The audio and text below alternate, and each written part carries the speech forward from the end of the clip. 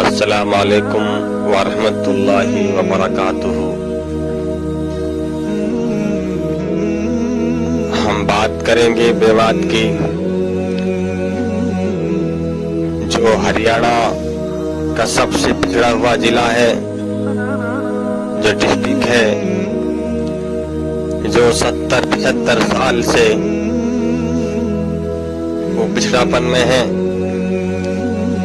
اور اب یہاں پر میوات کی سیاست میں حصے داری کی لڑائی اب مجلس اتحاد المسلمین لڑے گی۔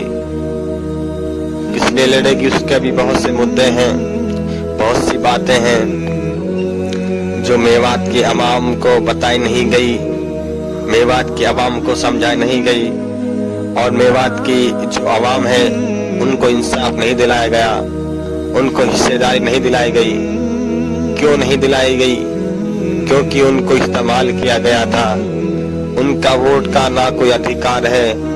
میوات میں صرف اس لیے پچھڑا پن ہے کیونکہ وہاں پر ہر پارٹی آئی، کانگریس پارٹی آئی، انولو پارٹی آئی، اور وہاں پر صرف سب پارٹیوں نے میوات کی عوام سے صرف جھوٹے وعدے کر کر، ان کو گمراہ کر کر ووٹ کا استعمال کیا گیا، اور میوات کی عوام نے ہر پارٹی کو ووٹ دیا۔